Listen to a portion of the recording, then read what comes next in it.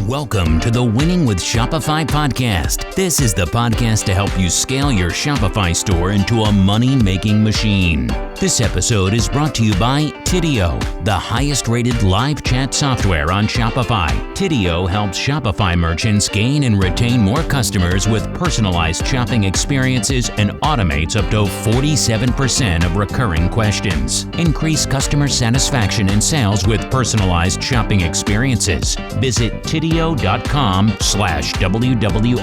to find out more and start using Tidio Premium with a discount exclusively for Winning with Shopify listeners. Now over to your host, Nick Truman. Hi everybody, and welcome to another episode of the Winning with Shopify podcast. For anyone that's not tuned in before, my name's Nick, and it's a pleasure to have you listening to the show or watching the show wherever you are. Quick plug, we have started using Instagram and TikTok, so if you haven't seen us or watched us and you haven't seen this beautiful face that I've been blessed with, and that is my British sarcasm coming through, I hope, please check us out on Instagram and TikTok. We're obviously not posting full episodes and full podcasts there, but we are putting little snippets out and a few other bits that aren't on the podcast as well. So Instagram and TikTok, Winning with Shopify is the thing to search for. If you're aware of all the above and you've been tuning in for a long time, it's a pleasure to have you back, and thanks for tuning in again. This month, as you're probably aware, we are talking about customer service and how to make it more customer success, as Tidio call it, our sponsors. We've got a very special guest today. We're going to be talking about this, who are one of their customers as well. His name's Chris, and he is the co-founder of a business called Vyral. So without further ado, Chris, welcome to the show. Hello, thank you so much for having me. Super excited. This is my first podcast, so excited to learn and to grow. Excellent. Well, welcome to your first podcast. You didn't mention that before we hit record, but that is fantastic news, and pleasure to be the first person to interview and have a chat with you. As we ask all of our guests, Chris, before we dive in, why don't you just spend a minute or two and just tell us a little bit about yourself, about your background, and how you ended up doing what you're doing today.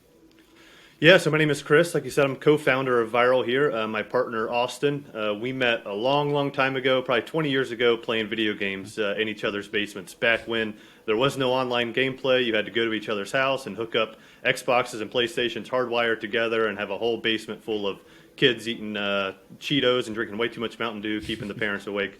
So we met playing video games, and then we obviously went our separate ways through career and life, as many people do.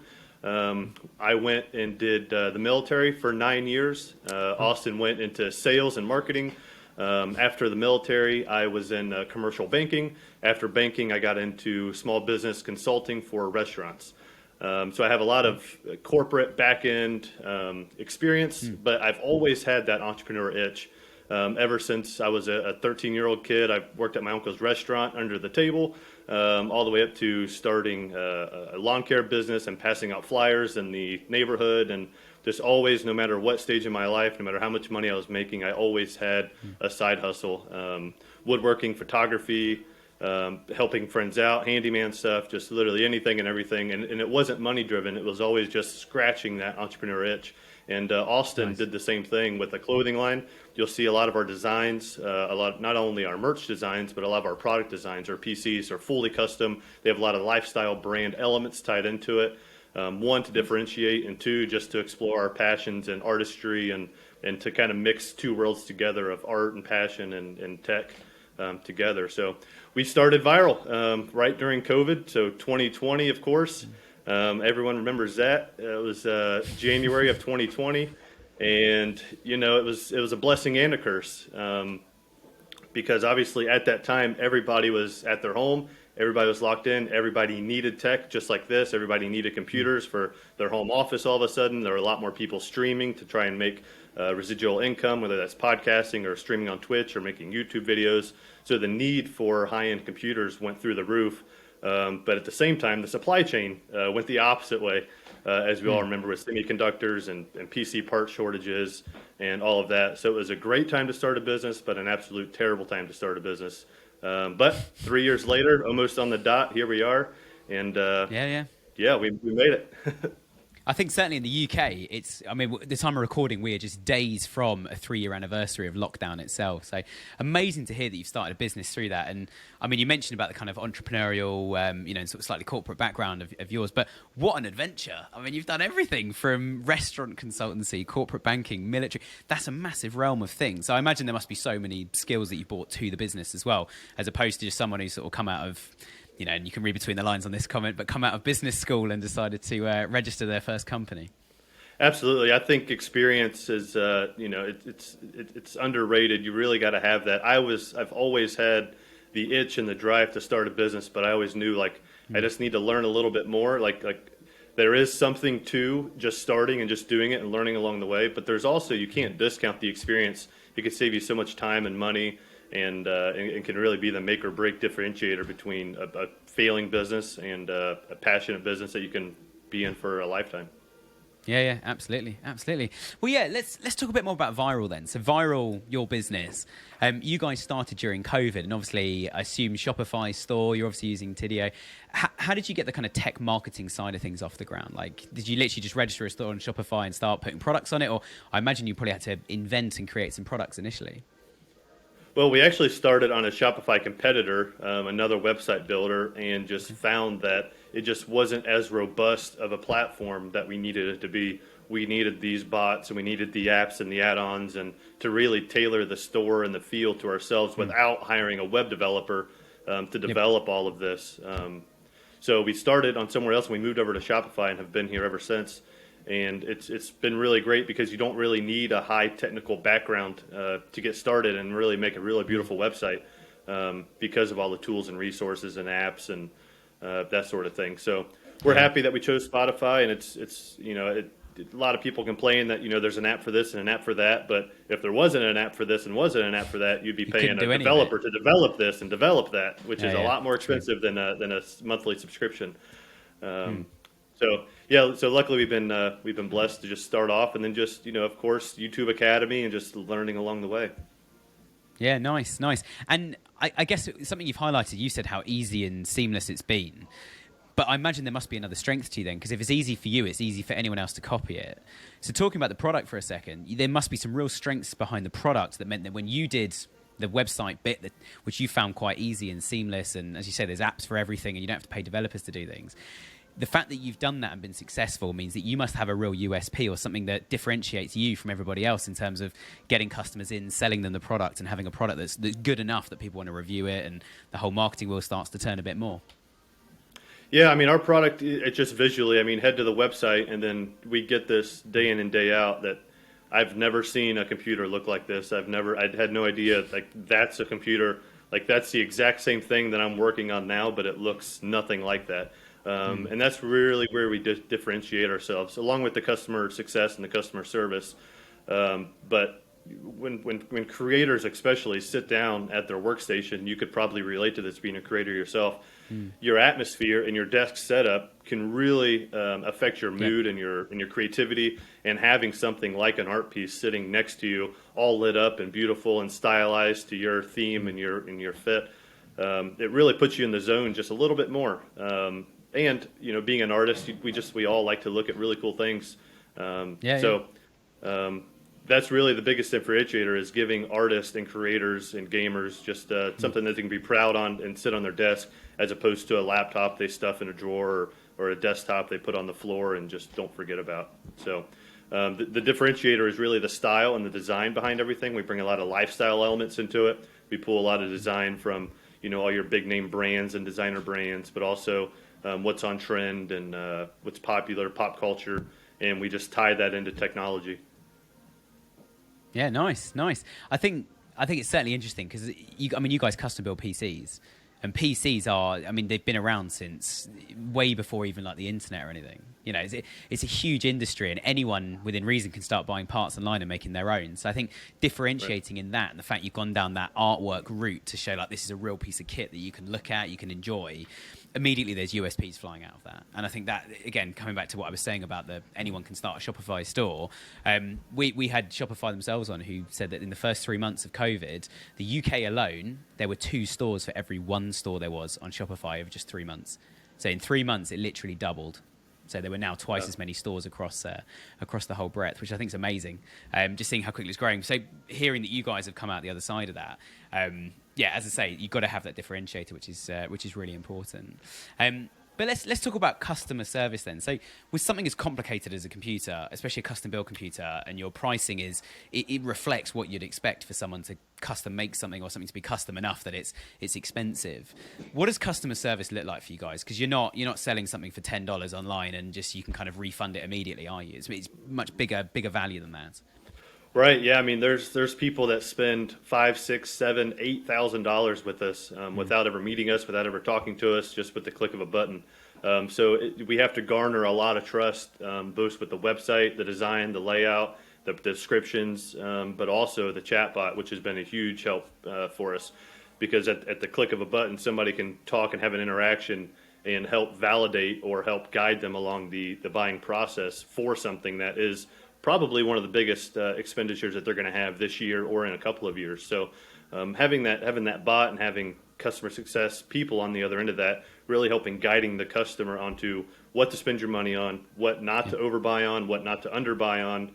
We're really a consultant, and we really quite often tell people, you do not need that much, like take a step down type of thing. The chatbot is not to upsell and to try and get the most money out of a customer. It's really to ensure the customer is a great fit for the product, which then in return lowers the return rate and lowers the negative feedback, because customers get exactly what they're expecting, and that's just a win-win for everybody. So the TDO customer support bot has been absolute crucial in our growth. Yeah, nice. And I guess one of the biggest challenges you guys have got, and you've highlighted this, and I think we'll come back to Tidio in a second and customer service, but just looking at it from this point of view, is your customers can't land on your website and just buy something immediately. I mean, they can in theory. They can add to cart, go through the cart and purchase it. But this is going to be a really considered purchase, isn't it? And it's a technical product. So I assume a lot of the people buying your computers are either gamers or creatives, or is it mostly gaming you guys target? No, it's gaming and creatives. We're tapping more into the creative market because we see the value proposition in our PCs versus a Mac. We can get the same, if not way better, performance for a fraction of the cost compared to a Mac. But Apple has done such a great job at infiltrating the creative scene, saying if you're a creator, you got to have an Apple. And there's no talk of PCs, whereas PCs are a better option in our opinion. A little bit biased, but we've seen it firsthand. Because we've sold computers to indie filmmakers and cinematographers that do 4K and 8K videos, and we built a computer for a cinematographer named Kevin Garrison, who's worked with the Kardashians and done commercials for them, and he has first-hand experience. He used to get the latest and greatest MacBook Pro every single year just to stay up with it, and those are $10,000 or more fully spec'd out. Whereas a computer for around $6,000 or $7,000 can do the same thing and do it for a longer period of time. And as opposed to a Mac, when it's out of service or when it's becoming a little slow or not performing to your expectations, you don't have to throw away the whole thing and get a new one. PCs are very modular in the fact that you can just change out a part or two that might be what's holding you back. So it's a really cool modular system and one that, so it's, nice. Yeah. Nice. I mean, the thing I was going to add on to that quickly is just, I think, the fact that you've got those two audiences, they probably have the same, different specific requirements, but the same level of, I've got a very technical thing, as you say about I need to edit 4K video, therefore I need a machine that can do that for me. And that is, but there's a lot more to it than that. It's how quickly is it going to render something, and actually, do I want to compromise on one thing in terms of I could let it render overnight, so I'm going to compromise on render time, but actually I want it to do something slightly different in the moment for me, or do some things quicker. I imagine these were the balancing points. So I guess from a communication point of view, Tidio is obviously not just, and any customer support platform or program, that's not just for someone that's already purchased, is it? I imagine you must use this pre-purchase a lot to have those conversations, to answer those questions, and where someone is either too lazy to read web content, or actually you just can't cover it on a piece of web content, it's too complicated. You must have a lot of people reaching out pre-purchase to have that conversation.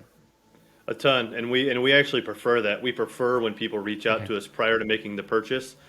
Yes, you can go on and buy a system if you're tech savvy and these are the specs that I want.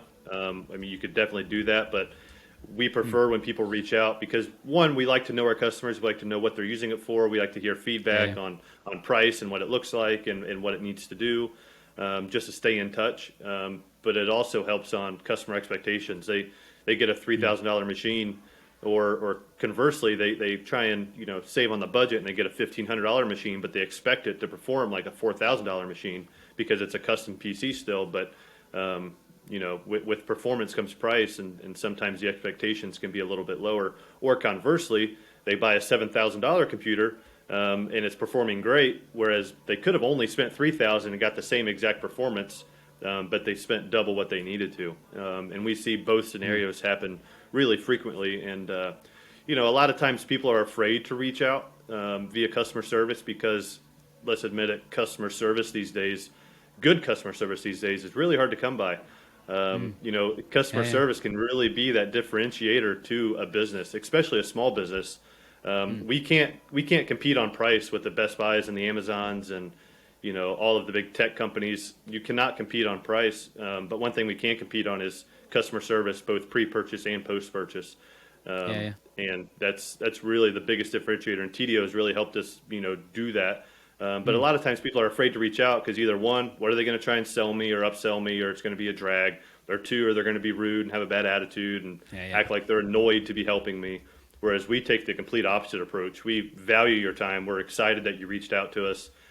Let's talk. Let's discuss how to get you the best bang for your buck and not overspend or underspend, and have a really, long-lasting relationship as opposed to just this quick, sell, market, sell, market, sell, market. I mean, these long relationships are really what it helps customer acquisition costs as well, because the word of mouth, gets spread a lot more. Give these guys a call; they'll tell you exactly what you need to know. Right. Yep. So, it's been crucial for us. I mean, customer service is really it's a pillar in our business. Nice. And it's interesting, actually, because you're one of the few people I've ever spoken to, and no one's ever said the opposite of this, but you're saying that you want people to reach out pre-purchase. And no one's ever said no one would ever go on the record, I think, saying, I don't want customers to contact us because it's so important. But everyone implies it, and they imply it because they don't say what you've just said. And I think there's an obvious thing of, if we could just sell products and it's faceless and we're just chucking products out the warehouse, we're going to make more money.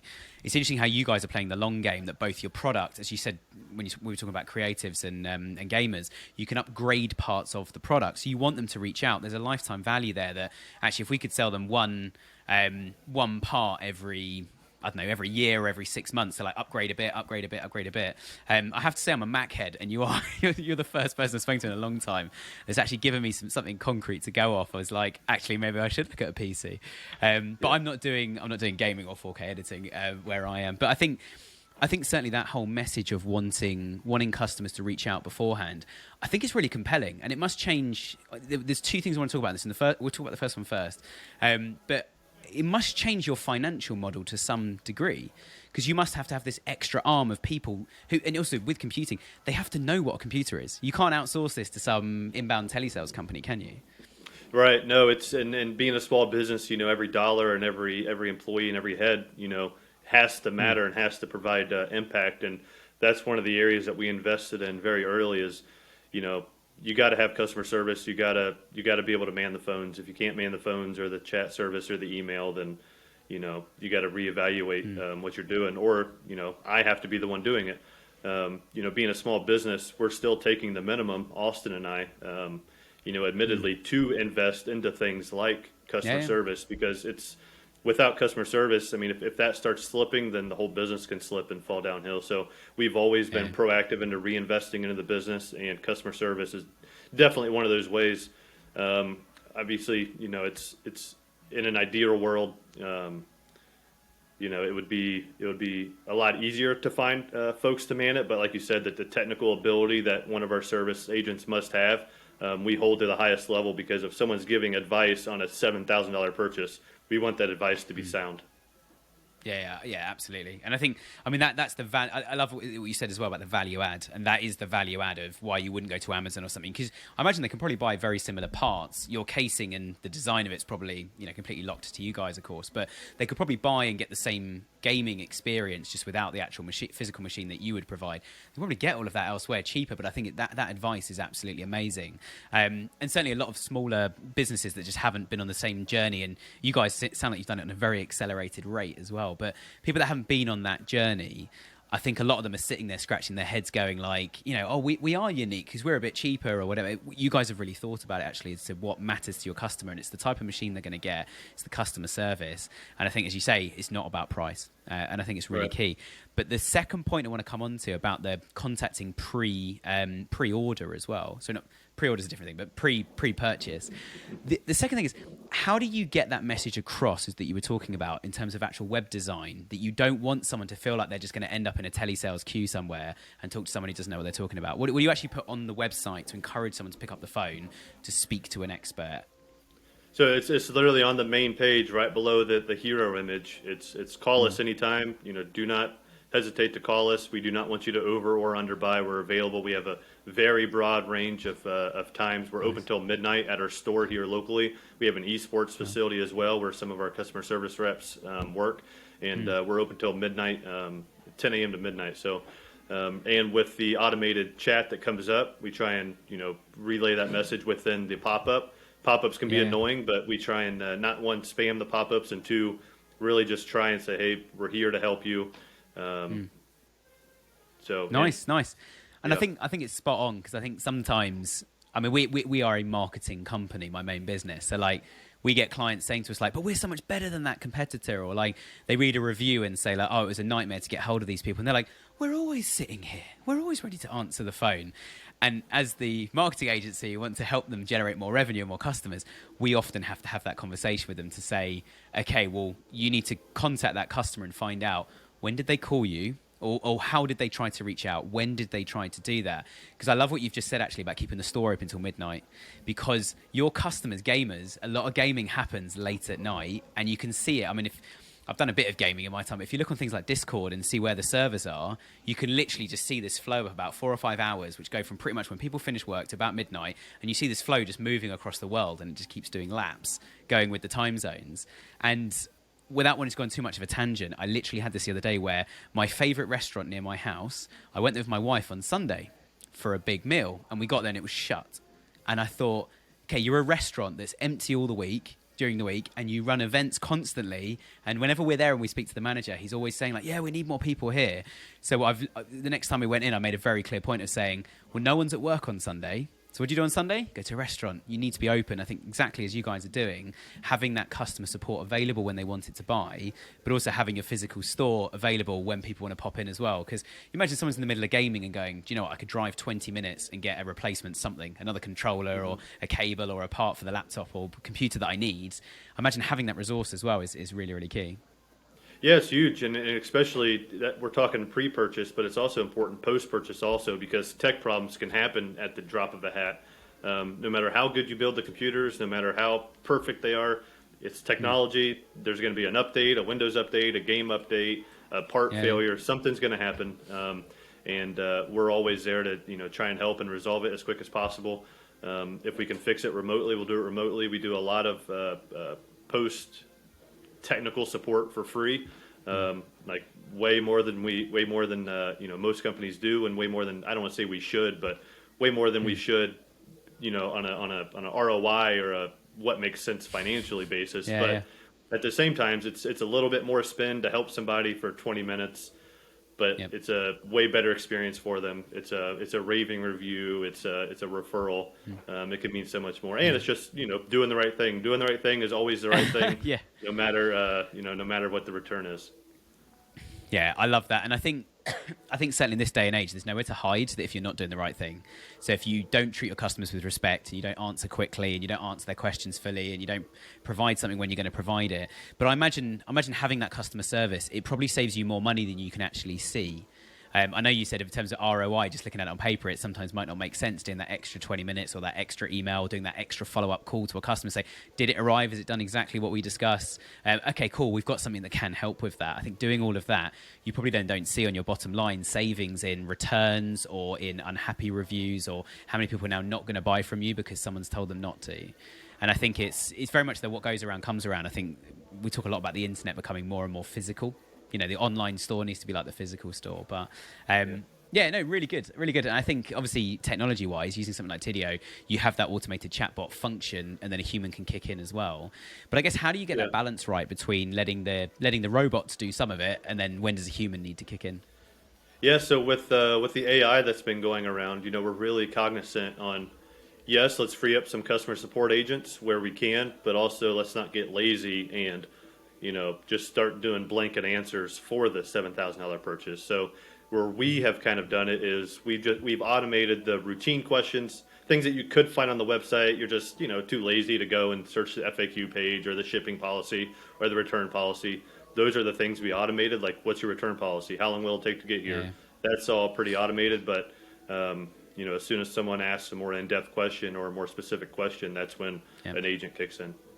Yeah. I did read something online a while ago, and on about 50% of chatbots now, especially with banks, it works really well. So if anyone's listening and you want to get through to a human quickly at a bank and other places, just type in "speak to agent," copy and paste it, and just paste it on every response. Within about 3 or 4 messages, you'll be onto a human, regardless of what they're asking for. Even if they're asking for like your account numbers or your memorable words or whatever, you can get through straight away. Just speak to an agent, gets you straight through there. But I think you're right. There is a balance of, you don't want people calling up and doing things that they could just find out on the website. So if the chatbot could tell them the piece of information that's pre-written on the website and answer their question, then great. How much do you guys look at the reports then to see how many of the inquiries or chats started, I guess you call them, how many of those chats or interactions actually get resolved by the chatbot versus how many come through to the humans? Quite a few, because you do got to check and make sure those prompts and those predetermined AI prompts are, one, telling the right information, and two, we're not becoming lazy and adding more and more predetermined prompts in there, trying to guess or expect what the customer is going to ask or the response that they want. So yeah, we look at it just to maintain touch points and make sure we still maintain that fine balance of customer service, but personal connection and true recommendations per customer basis. Nice. Sounds good. And I guess another sort of, and possibly coming into the kind of final section, I think, of today is really, really big question from this. And we've covered bits and pieces of this, but I kind of want to cover it as a topic, if that's cool. Is how much do you harness this, both the information, the interactions, how much do you harness that for your marketing? 'Cause you mentioned like you get a good referral, you can get a good review off the back of good customers. So how much do you harness this stuff? Like, do you actually publicize how quickly you respond to people? Or do you ever put on your advertising, for example, like, 60% of our orders happen over the phone. Give us a ring. We'll advise you on what you need. No, but that's a great call out, and definitely something that we should do. We don't brag about that. One's free, right?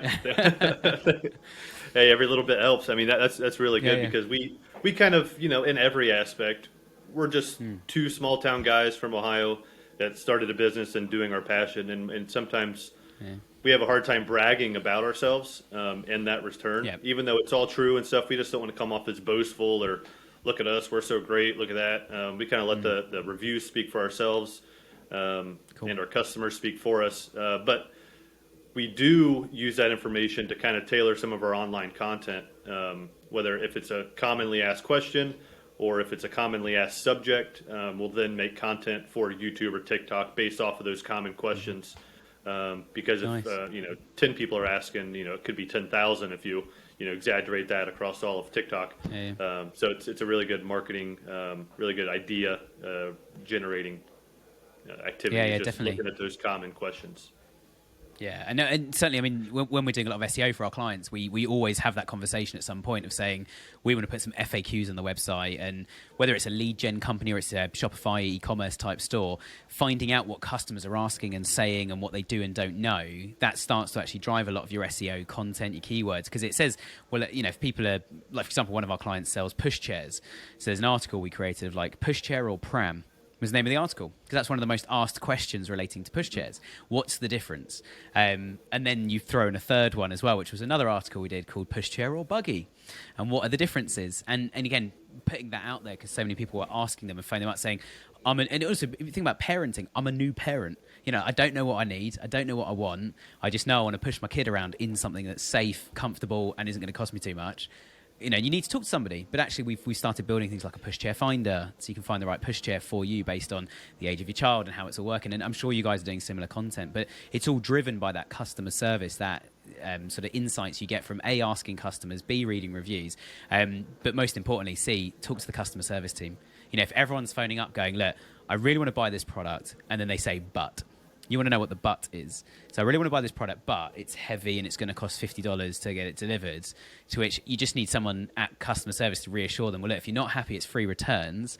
And actually $50 is nothing. The machine's going to cost $7,000. So if you buy today, I'll throw it in for free delivery, right, but you buy now kind of thing. And I think it's learning all of those sort of things as well, and then going, well, actually, maybe we should review our delivery policy and decide what to do on it. Because actually, if it is, I think, like you say, if it's a sticking point for 10 people, it could be 100 right now, but only 10 have asked the question, and it could be 10,000, as you say, on TikTok that actually want to know that piece of information. Yeah. I mean, your customers tell you exactly what they want and exactly what they need. I mean, customers are not shy into telling you what they need or want or what questions they have. Some are, but as long as you listen to the one, and actually take the constructive criticism and you take the feedback and not be defensive about it or let your ego get in the way of your response, and you really take it and digest it and understand these are the customer's wants and needs, and how can I either one, market that we already do that, or change our policies and procedures to match that. It's huge. So if you're not listening to the customers, then you could still make it, but what fun is that if you're only doing what you want to do, and not what your customers want. So yeah, definitely. Yeah.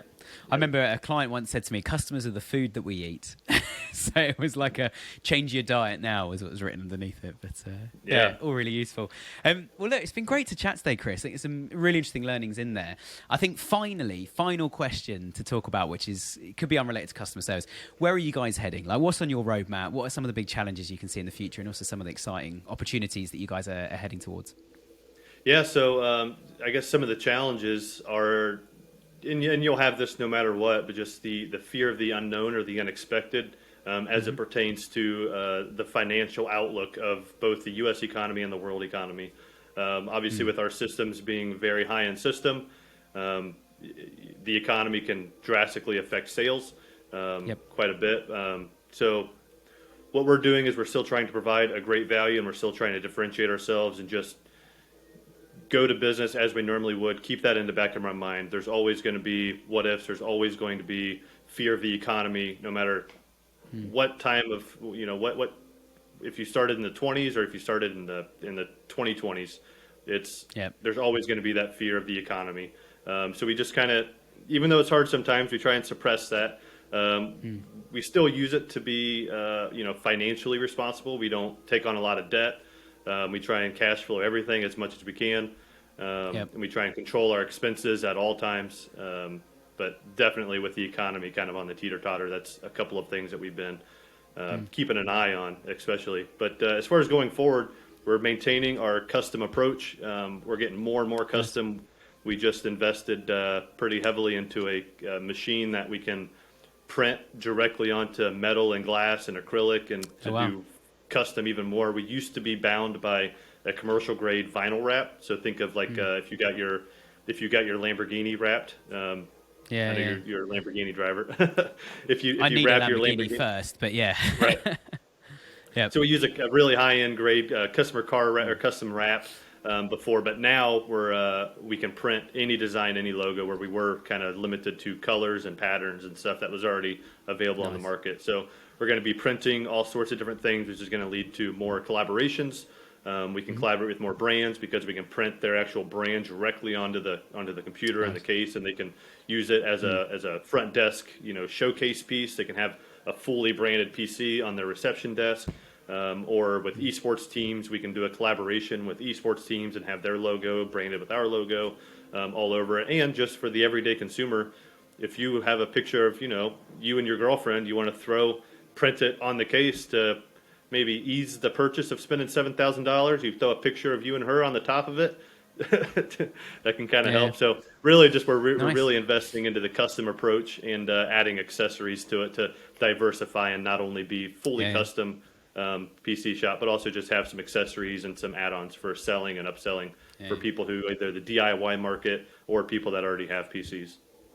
Nice. And I guess the biggest thing about customization as well in gaming is gamer tags.